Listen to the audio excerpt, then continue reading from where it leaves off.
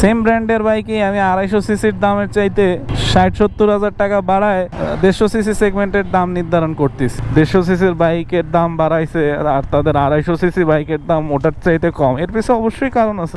Same ব্র্যান্ডেরই দুটো bike, একটা 250 CC আর একটা 150 সিসি, কিন্তু দাম 150 সিসিরটা বেশি। 250 সিসির বাইকের ফিচার অনেক বেশি 150 সিসির চাইতে, কিন্তু দাম 150 সিসিরটাই বেশি। ইন্ডিয়ান বাজারে 250 সিসির দামটা বেশি ওই ব্র্যান্ডের, আর 150 সিসিরটা এখনো লঞ্চ হয়নি, হয়তো এক্সপেক্টেড প্রাইস 250 সিসির চাইতে কম, কিন্তু বাংলাদেশে 150 সিসিরটাই দাম বেশি। কি বাইকের কথা বলতেছি এতক্ষণে হয়তো আপনারা বুঝে গেছেন। আজকে যে প্রসঙ্গটা নিয়ে কথা বলবো সেটা হলো সুজুকির ব্র্যান্ডের দুইটা বাইক। একটা হলো এর 250 সিসি সেগমেন্ট, আর রিসেন্টলি দাম বৃদ্ধি পাওয়া সুজুকি GSX-R 150 সিসি। দাম বাড়ছে তো বাড়ছে ভাই, মারাত্মক লেভেলের বাড়ছে দাম। তো এখন প্রশ্ন আসতে পারে যে সুজুকির মতো এরকম একটা নামি দামি ব্র্যান্ড এমনিই দাম বাড়ায় দিল।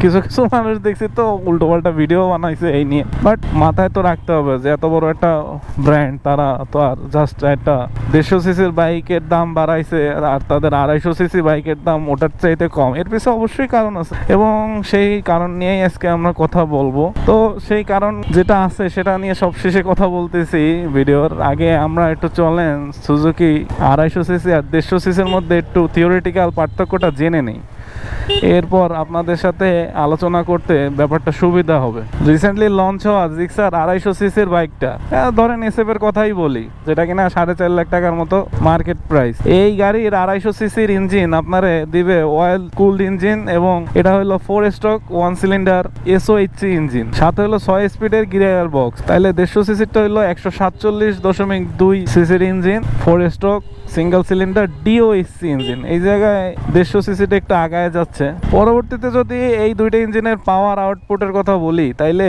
250 সিসির ইঞ্জিনটা দিতেছে 26.5 BHP পাওয়ার 9300 RPM এ, আর ম্যাক্সিমাম টর্ক পাবেন আপনি 22.2 নিউটন মিটার টর্ক 7300 RPM এ। অন্যদিকে 150 সিসির যে ইঞ্জিনটা GSX-R এর, সেখানে আপনি ম্যাক্সিমাম পাওয়ার পাবেন 19 BHP 10,500 RPM, আর ম্যাক্সিমাম টর্ক হইলো 14 নিউটন মিটার টর্ক 9000 RPM এ। তো পাওয়ারের হিউজ ডিফারেন্সটা তো আপনারা বুঝতেই পারতেছেন এটুক থিওরিটিক্যাল দিয়ে।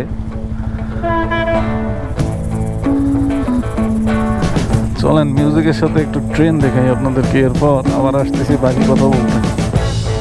We've been living in sin so long, all the fears are gone.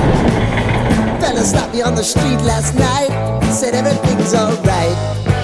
Roller coaster, make it through the day upright. It seems your meal ticket is gone, but life goes on. I could never. এরপর যদি আসেন একটু চাকার সেগমেন্টে যাই, তাইলে 250 সিসিতে আপনারা পাবেন সামনেরটা 110 এবং পিছেরটা 150 সেগমেন্টের টায়ার, এবং দুটোই ডুয়াল চ্যানেল ABS। সামনেরটা ডিস্ক সাইজ হইলো 300 মিলিমিটার আর পিছেরটা হইলো 220 মিলিমিটার। অন্যদিকে 150 সিসিরটার কথা যদি বলি GSX-R, তাহলে এখানে আপনি টায়ার সাইজ পাবেন হলো সামনেরটা 90 সেগমেন্টের আর পিছেরটা হলো 110 সেগমেন্টের, এবং দুইটাই এখানেও ডুয়াল চ্যানেল ABS, বাট এর ডিস্ক সাইজটা সম্পর্কে কোনো আইডিয়া পাই নাই।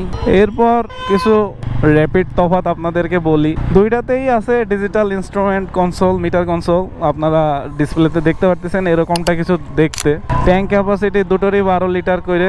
গ্রাউন্ড ক্লিয়ারেন্স 250 সিসিরটা 165 মিলিমিটার, 150 সিসিরটা হইলো 160 মিলিমিটার। সাসপেনশনের কথা বললে দুইটাই সামনেরটা হইলো টেলিস্কোপিক সাসপেনশন, এবং পিছেরটা 250 সিসির ক্ষেত্রে হইলো সুইং আর্ম টাইপ সাসপেনশন, এবং 150 সিসিরটার ক্ষেত্রে হইলো লিঙ্ক টাইপ কয়েল সাসপেনশন। এছাড়া বলার মতো আপাতত কিছুই নাই।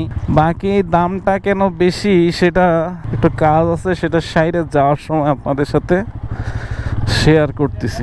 এখন এতগুলো পয়েন্টের ভিত্তিতে দেখা যাবে যে জিক্সার 250-র চাইতে GSX-R অল্প কয়টা পয়েন্টেই আগায় আছে। সেই অল্প কয়টা পয়েন্টের ক্ষেত্রে কি আছে, আমার বেসিসে DOHC ইঞ্জিনটা আছে, কিলেস ইগনিশন সিস্টেমটা আছে, লিঙ্ক টাইপ কয়েল যে সাসপেনশনটা আছে, এটা মোটামুটি নাকি ভালো পারফরমেন্সের জন্য। এই কয়টা বেসিসই আছে। এখন রিসেন্টলি যেটা দেখা গেছে যে সুজুকি জিএসএক্সআর এর দাম হঠাৎ করে 5,24,000 টাকা হয়ে গেছে। এখন এর পিছে কারণ কি? আমি ভাবছি এর পিছে সবকিছু মিলে যেই কয়টা জিনিস দেখছি, আপনারা একটা জিনিস দেখেন আগে যে আমাদের বর্তমান বাংলাদেশে বাইকের যে ট্যাক্স, এই ট্যাক্সগুলা 50 থেকে 250 সিসির ক্ষেত্রে সিবিইউ যে ইউনিটগুলো আছে সেগুলো হলো 151.something%। একটা ছবি শেয়ার করতেছি আপনাদের সাথে, এবং এটা কোথা থেকে পাইছি সেই সোর্সটাও আমার রেফারেন্সে দেয়া থাকবে ডিসক্রিপশনে।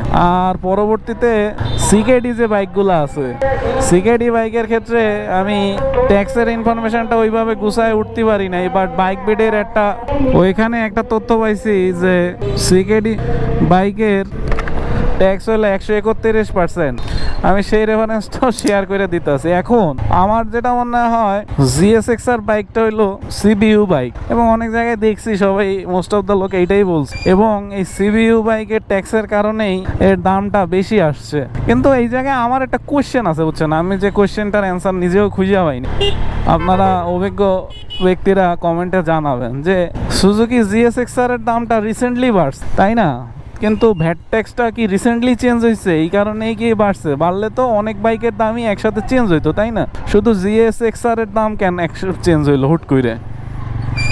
কেন বাংলাদেশের মার্কেটে একমাত্র সিবিইউ বাইক তো জিএসএক্সআরই না, তাই না? নাকি সুজুকি রিসেন্টলি তাদের জিএসএক্সআর সিবিইউ ইউনিট হিসেবে আনা শুরু করছে? এখন সেম কোম্পানিরই বাইক, জিনিসটা খুবই অকওয়ার্ড দেখায় না? আপনি চিন্তা করেন, আমার সেম ব্র্যান্ডের বাইকই আমি 250 সিসির দামের চাইতে 60-70 হাজার টাকা বাড়ায় 150 সিসি সেগমেন্টের দাম নির্ধারণ করতেছি। এই জিনিসটা খুবই একটু অদ্ভুত লাগে। তো আপনাদের যদি এই ব্যাপারে কোনো ইনডেপথ মতামত থাকে, আপনারা কমেন্টে শেয়ার করবেন, আর আমার পারসেপশনেও যদি কোনো ভুল থাকে সেটাও জানায় দিবেন। তো আজকের ইনফরমেশন এটুকুই ছিল। দেখা হবে পরবর্তী অন্য কোনো ভিডিওতে ইনফরমেটিভ। ততক্ষণ পর্যন্ত ভালো থাকবেন, সুস্থ থাকবেন। Stay tuned with talking biker. Thanks for watching. Tata.